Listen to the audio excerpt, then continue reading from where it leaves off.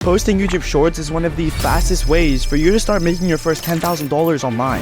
So here's a strategy I use to make tons of money with my channels extremely fast. And it all starts with finding my niche. See, finding a niche is usually very hard to understand for most beginners starting out. But now I've managed to develop a system for me to be able to consistently catch new niches and start new channels almost every single month. And it's by simply stealing what's working. A nice quote I like to use is that good artists copy, but great artists steal. And what that means is that you need to see what's already working for you to be able to replicate it, because reinventing the wheel is honestly never necessary. And with actually finding your niche, the way to go about getting the highest quality, most trending ones consistently is by seeing what other people are posting. And all you simply need for that is your phone. So go ahead, scroll on YouTube Shorts and start seeing what people are posting on a daily basis. Turn your For You page into a faceless channel gem that's going to consistently feed you trending videos every single day. And from there, you're going to be able to find newly working niches almost all the time. But taking someone's niche and replicating it for yourself is simply not good enough. And the reason for that is that you simply need to be better than your competition in at least a couple metrics, whether that be quality of videos, how nice your animations are, or how long your videos are. I usually like to have at least 3 checkpoints that make me better than all of my competition whenever I'm going into a niche. And if I don't think that I can do that, then I simply won't go into it in the first place. The way I like to think of it is by having something called a competitive advantage. If you have an edge or a competitive advantage over your competition, chances are you will do better because the audience simply wants to watch a better video. Why would they be okay with watching worse quality when there's a channel like yours that could be out there giving them a better experience every time they click on YouTube? Micro-analyzing a niche is also very important because videos could be going viral and getting a lot of views, and you could be better than your competition, but there's still more you need to look at before you actually start posting. Me personally, I go very deep in and I see what type of videos they're posting, how often they post them, and how long they've been doing this for. The reason for this is because niches could be going viral every single day, but I personally want to work on things that are going to last a long time. I'm not the type of person that wants to hop from trend to trend simply because it's exhausting to do and it doesn't give me that safety net that I'll be able to have consistent income for a long time. So when you look at niches, you need to be able to see if this person has been consistently making money for a while and if it's something that you simply enjoy at the end of the day, because if it's not, you're not going to last. Trust me. These examples also go for pretty much everything in business. If you can do it better than someone else, if you're going to last longer, and if it's something that will last long, then those are the 3 indicators you need to just simply go at it. Most of you watching this are in your late teens or early 20s, so you really don't have the type of responsibilities that people with kids and a mortgage would. So this gives you that chance to take those risks and kind of go all in because we pretty much have nothing else to do.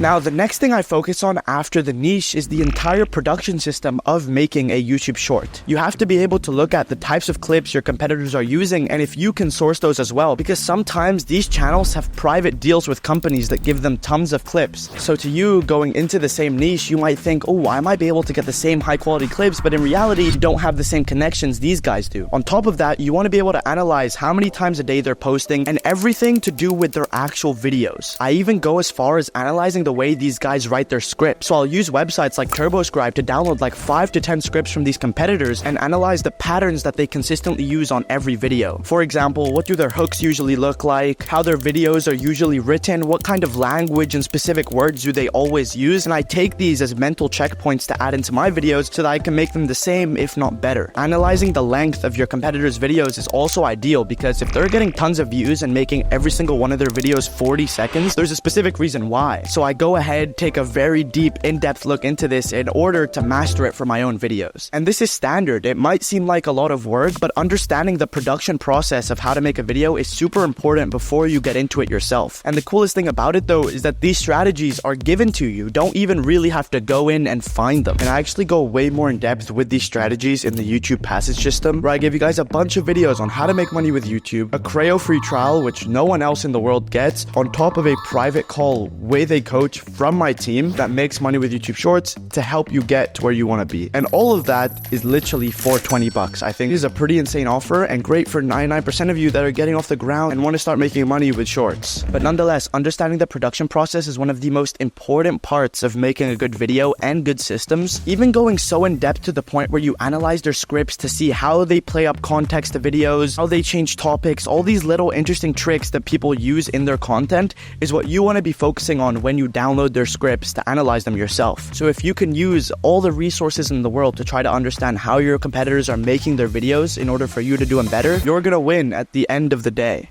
However, after you're done with the production process, understanding how to post is super important to your channel's success. And the first most important thing to understand is how often you need to do it in the first place. Me personally, I always start off doing one video a day simply to start gaining momentum with the channel. I found that if you start posting more than once at the beginning of your channel's existence, YouTube might flag it as spam or see you as a robot, and this just doesn't help you in favor of getting views. One post a day also helps you bypass the 0 view glitch, and if it doesn't, taking a break and coming back is always ideal and can help you do that. The big thing you want to do on YouTube is just making yourself seem as real as possible, because at the end of the day, that's what YouTube wants. If they have people posting on their platform, they'll push you, and what's happened with YouTube Shorts is a lot of people have pretended to be robots, which kind of have affected all the real people who want to make content. So try to seem as much of a real person as possible and just post once a day. Now the problem is, when you start getting momentum on YouTube, people think that it's really good to just switch to 2 or 3 times a day to start getting more views, when that's actually not the way to go about it. Some channels perform better on 3 times a day, others perform better on 5 times a day. It all depends on the type of channel you have and the videos you post. On mine specifically, I've had some that perform really well with 1 a day, but others that do well with more. This is something you simply need to test for yourself and see what works, because everyone is different and there is no one answer fits all, as much as I wish there was. The next thing with YouTube is really being consistent with your posting. A lot of people take a break because they get demotivated after getting only 10,000 views or 0 views, when in reality, you just need to stick to it. I have this rule where I won't let go of channels for 30 to 60 days simply because they could blow up at any time. With my channel Kimberly Shorts that I ran in a previous YouTube video and scaled to 100,000 subscribers, for the first 3 weeks we were barely getting any views, but I didn't stop because I had confidence in the vision. And after weeks of consistency and staying locked in, the channel finally blew up and even scaled to hundreds of dollars a day before I got bored and stopped posting on it. So just don't stop, and keep it in your mind that you're gonna stick to it no matter what, because in every single business model, not even talking about YouTube Shorts, you have to stay consistent. There's literally no other way around it. So don't get lazy, because if you truly want to make a difference for your life and start earning your first few thousand online, this is what you're gonna need to do. Like I talked about previously, the newsletter helps way more in depth with all these issues, and it's kind of like my private community where I go over YouTube Shorts and business in general. Everyone's gonna face problems, glitches, and just annoying things on the platform, but the people who are really gonna make money at the end of the day are the ones who just never stop.